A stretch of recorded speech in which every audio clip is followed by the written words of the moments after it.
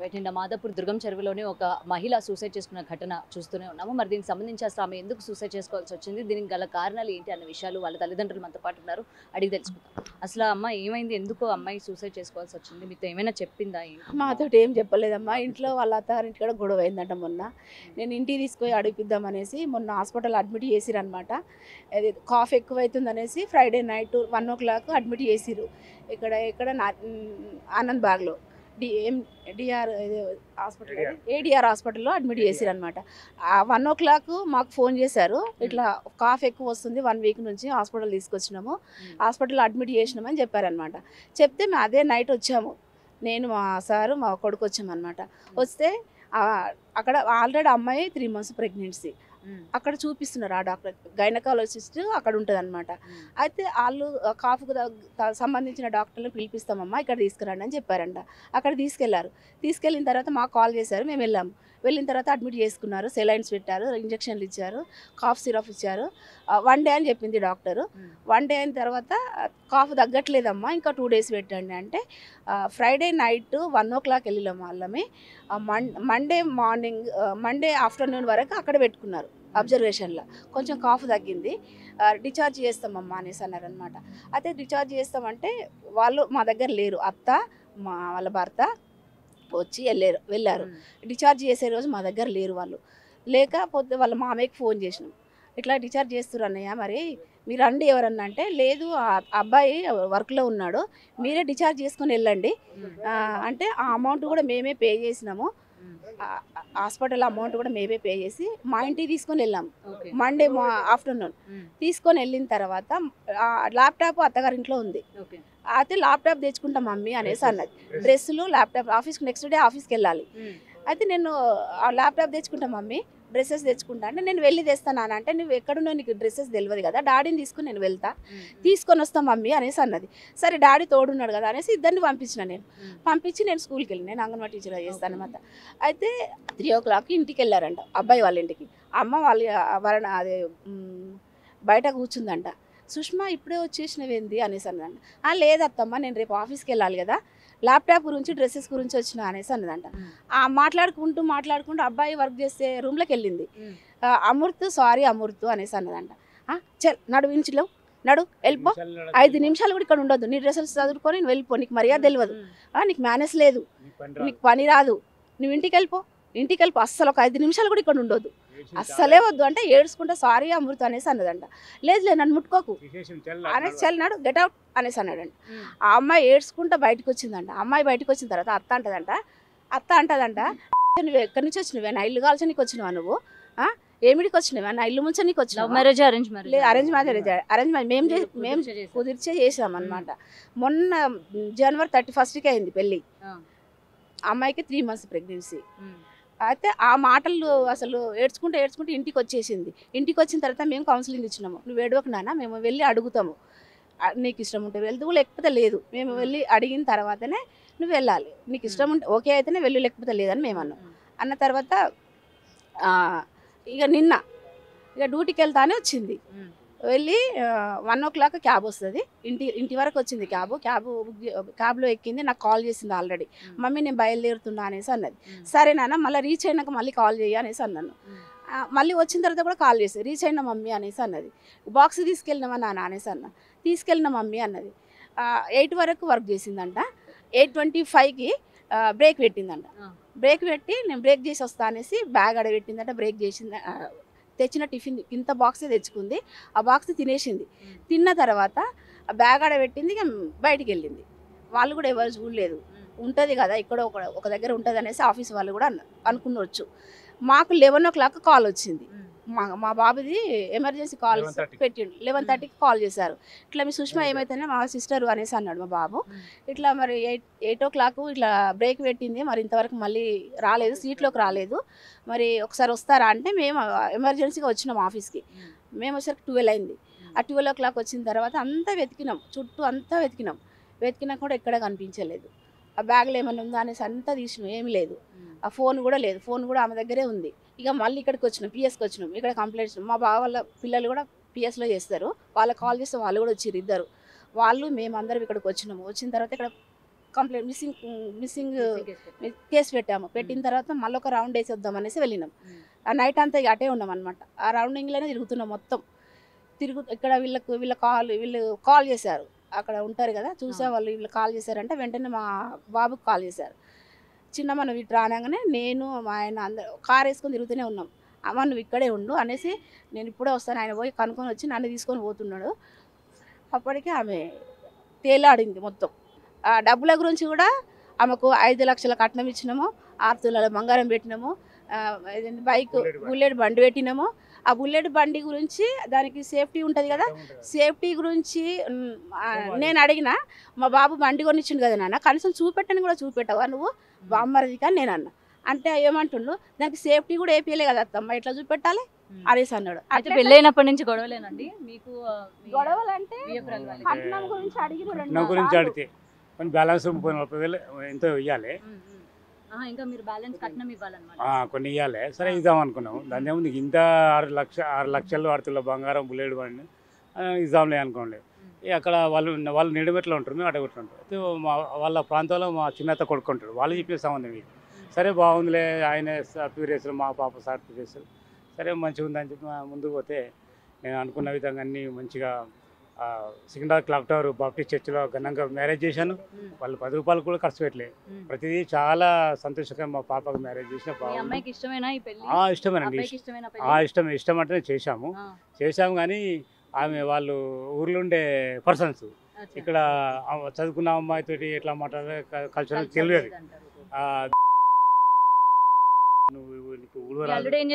ఆయన సాఫ్ట్వేర్ చేస్తాడు, ఇంటి నుండి వేస్తాడు. 2 రోజులకి ఇక్కడికి వస్తాడట. ఇక్కడ ఎక్కువ ఆఫీస్ మనకి తెలియదు. మా బాబు అయితే రెగ్యులర్ వస్తుంది. ఇక్కడ ఎప్పుడన్నా డిసప్పాయింట్ ఉంటే, సార్ ఈ మేనేజర్ సార్ ఈ ఒక్కరోజు రాలేదంటే అప్పుడు ఇస్తాడు. కానీ రెగ్యులర్ ఇక్కడికి వస్తుంది. ఈ దుర్గంచి రావతలకే. ఇప్పుడు మీ అల్లుడు మీ అమ్మాయి సఖ్యతగా లేరు, మీరు ఆల్రెడీ పాపని తీసుకెళ్ళినప్పుడు కూడా మీ అల్లుడు ఇలా తిట్టారు అని చెప్పారు కదా, కేవలం కట్నం డబ్బులు సగం ఇవ్వడం వలన గొడవలు జరుగుతూ ఉండేవా, లేకపోతే మీ అల్లుడికి మీ కూతురికి మధ్య ఇంకేమైనా ఇష్యూస్ ఏమైనా?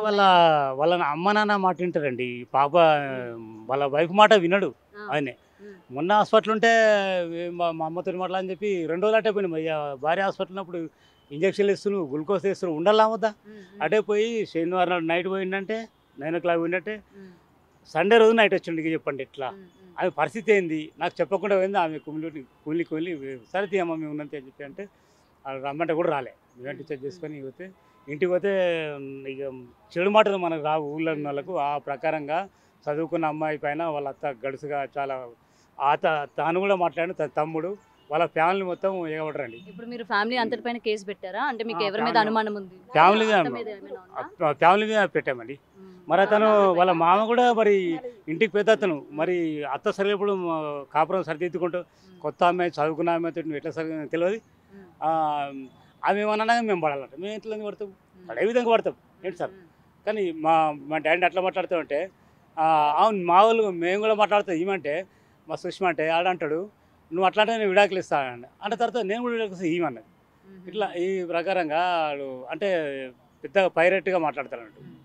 మీ అమ్మాయి ఇలాంటి బాధలు పరుస్తుందని ఎప్పుడైనా మీతో వచ్చి చెప్పుకోవడం కానీ, మరి చెప్పినప్పుడు మీరేం చేశారు? హాస్పిటల్ నుంచి ఇంటికి వచ్చిన తర్వాత చెప్తే మేమేమన్నామంటే, మా ఫ్యామిలీ చాలా పెద్దది, మా ఫ్యామిలీ వాళ్ళని తీసుకెళ్ళి కౌన్సిలింగ్ ఇద్దామనేసి అనుకున్నాము. నెక్స్ట్ డే ఈమె ట్యూస్డే రోజు డ్యూటీకి వచ్చింది కదా, ఆమెకు బుధవారం బేస్తవారం శుక్రవారం లీవు. ఆ రోజు వెళ్ళి మాట్లాడేసి వద్దాం నాన్న, ఓకే అయితే ఓకే అయితే, లేకపోతే డ్రాప్ అయిదాం అనేసి అన్న. ఓకే మమ్మీ అన్నది. అలాంటప్పుడు మనం నమ్మొచ్చు కదా.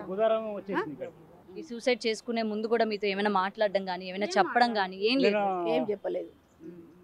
నా ఇంటి దగ్గర ఇంటి దగ్గర ఉన్నాయి, డ్యూటీకి వెళ్ళిపోయింది. నేను ఇంటి దగ్గర ఉంటే ఆమె ఏమన్నదంటే, డాడీ మరి నాకు కూడా టైం అయితే, నువ్వు కూడా 12:30కి అన్నం పెట్టుకుంది, టిఫిన్లు పెట్టుకుని తినేసింది, నువ్వు కూడా తింటే అప్పుడు నాకు మార్నింగ్ నేను తినేసిన కదా అప్పుడు వేసింది. ఇప్పుడు వద్దాం ఒక 1 hour తర్వాత అన్నం రాపున నేను తింటుంది అమ్మ, నువ్వు క్యాబ్ ఎప్పుడు వస్తానంటే 1:30కి వస్తాను, క్యాబ్ వచ్చేస్తుంది అమ్మ, లాంగ్ రూట్ కదా అక్కడి నుంచి రావాలంటే. నాకు ఒకతే అమ్మాయి బాబు, ఇంకా బాబు మ్యారేజ్ చేయలేదు, పాపది మొన్ననే చేశాను, తర్వాత ఏదేమని అనే ప్లానింగ్లో ఉన్నాం. అయితే ఈ విధంగా ఆమె 1:30 క్యాబ్ వచ్చేసింది, వచ్చేసింది అల్లడిగా. ఇక్కడికి వస్తే 3 అయిందేమో. మళ్ళీ నాకు ఫోన్ చేసింది, డాడీ నేను రీచ్ అయినా, పోయిట కూడా డాడీ బాయ్ అని చెప్పింది. నేను రీచ్ అయినా అని చెప్పి ఇక్కడ కూడా అయిపోయింది, ఆఫీస్కి వచ్చినాక 3 o'clock.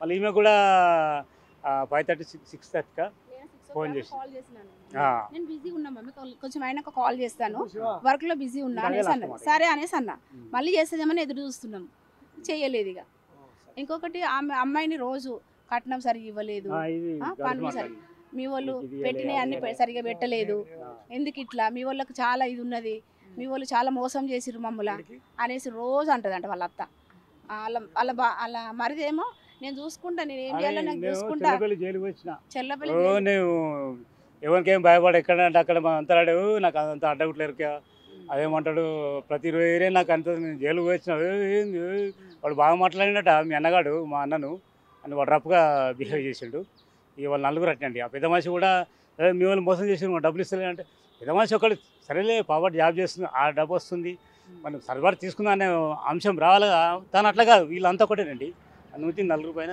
పెట్టాము పాప ఇప్పుడు ఇప్పుడు ఇప్పుడు పాప 3 months pregnant 3 months pregnant. Pregnant ఇంకా బ్యాలెన్స్ కట్నం ఎంత ఉంది? 40 ఎంతో వచ్చే ఉంది 50,000. 5 లక్షలు ఇచ్చారు మీరు.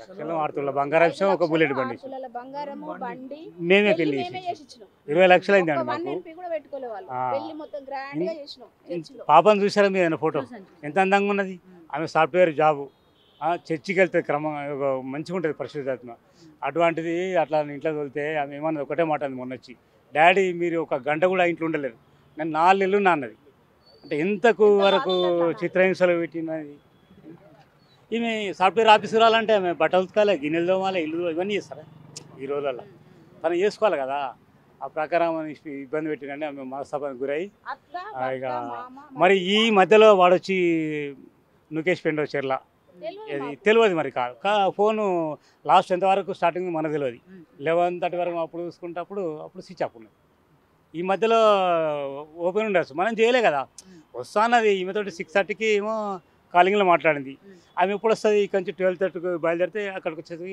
1:32 లేకుంటే 1:45 అవుతుంది నైటు ఓకే. ఆ విధంగా ఈ మధ్యలో ఏం జరిగింది మళ్ళీ వాడు వచ్చి మన నుకేష్ పెండ ఏం చేసి ఇట్లా ఉందిగా ప్రవర్తన చేసిండేమో మరి ఇక ఆమె ఎందుకు ఇంత మంచిగా స్టడీ చేసి మంచిగా చదువుకున్నామా ఎందుకు కొడితే అంత సూసైడ్ చేసుకునే అవకాశం ఉండేది ఉండదు ఆమెకు ఇప్పుడు ఏం పని వాళ్ళు మన గొడవ ఏదో చేసిన అనుకుంటాం తాగటంలో అది శుభ్రంగా మంచిగా చదువుకొని కాలేజ్ చేసిన అమ్మాయి సాఫ్ట్వేర్ జాబ్ చేసిన అమ్మాయి ఎందుకు చేసుకుంటారండి సూసైడ్ ఖచ్చితంగా వీళ్ళు మధ్యలో నెట్టేసి పోయినరు కావాలి పోయి ఉంటారు గ్యారంటీది మేము అక్కడ చూసుకొని అన్నీ ఫుటేజ్ ఆఫీస్లో దగ్గరే దుర్గంచర్ విడడానికి తర్వాత అక్కడ అంతా మొత్తం తిరిగేసి వచ్చి మళ్ళీ ఇళ్ళకి వచ్చాం పిఎస్ఆర్ కంప్లీట్ చేసి వచ్చి మనం తిరుగుతూ ఉన్నాం నైట్ వచ్చాం ఇక్కడ 11:30కి వచ్చాం తిరుగుతూ ఉన్నాం ఈ అడ్రస్ సార్ వానికి మెసేజ్ పెడతాడు రిజల్ట్ కాలేడు వానికి మార్నింగ్ పెడితే చూసుకుంటాడా ఎవడన్నా అప్పటికైనా జర కొంచెం సైలెంట్ అయినేమో జర మా ఆయన ఇష్టపడ్డాడు మాట్లాడుతున్నాయని కొంచెం ఉంటుండేనేమో ఇక్కడికి వచ్చి మేము ఆ ఫోటో ఇచ్చి ఇట్లా పలానా డ్రెస్సు మా పాప ఈ ఏజ్ అని చెప్పిపోయినాం తిరుగుతూ లాస్ట్ వీలే కాల్ చేసారు అక్కడ చెరువు ఉంటుంది కదా ఎవరో చూసి చెప్పిరంట పలానా కలర్ అని రైట్ ఇదండి ప్రెసెంట్ అమ్మాయికి సంబంధించిన పేరెంట్స్ ఈ విధంగా చెప్తూ ఉన్నారు అయితే ఇది అరేంజ్ మ్యారేజ్ అంటే పెద్దలు కుదిర్చిన పెళ్లిలా కూడా చెప్తూ ఉన్నారు మరి కట్నంలోని కొంత డబ్బు ఏదైతే ఉందో అది తర్వాత అరేంజ్ చేసి ఇస్తామని చెప్పినప్పటి నుంచి కూడా ఇటు భర్తకి సంబంధించిన అత్తమామలు కావచ్చు లేకపోతే మరిది కావచ్చు ఎప్పుడు కూడా టార్చర్ చేస్తూ ఉండేవాళ్ళు అమ్మాయిని ఇంట్లో కూడా పనులు చేయమని చెప్పేవాళ్ళు అంటే ఎక్కువగా స్ట్రెస్కి గురి చేయడం కావచ్చు లేకపోతే అల్లరిపాలు చేయడం కావచ్చు ఈ విధంగా గొడవలు చేస్తూ ఉండేవాళ్ళు ఎప్పటికప్పుడు అమ్మాయి మాతో షేర్ చేసుకుంటూ ఉండేది మళ్ళీ అవన్నీ సర్దుకుంటాయి కదా అని చెప్పి మేము పంపించే వాళ్ళం అని కూడా చెప్తూ ఉన్నారు మరి అసలు ఎందుకు అమ్మాయి ఈ విధంగా సూసైడ్ చేసుకోవాల్సి వచ్చింది మరి సూసైడ్ చేసుకునే విధంగా ఏం జరిగింది వీళ్ళ భార్య భర్తల మధ్య ఇంకేం జరిగింది అన్న విషయాలపైన కూడా ఇంకా పోలీసులు తన భర్తను కూడా ఇవాళ స్టేషన్కి పిలిపించారు కూడా మరి మాట్లాడిన తర్వాత అసలు ఏం జరిగింది ఏంటి భర్త ఏమైనా అన్నాడా లేకపోతే వీళ్ళిద్దరి మధ్య ఇంకేమైనా ఇష్యూస్ ఏమైనా ఉన్నాయా లేకపోతే కేవలం కట్నానికి సంబంధించిన గొడవలైనా అన్న విషయాలు ఇంకా తెలియాల్సింది కెమెరామెన్ లక్ష్మీకాంత్ గౌతమి రిపోర్టింగ్ హైదరాబాద్.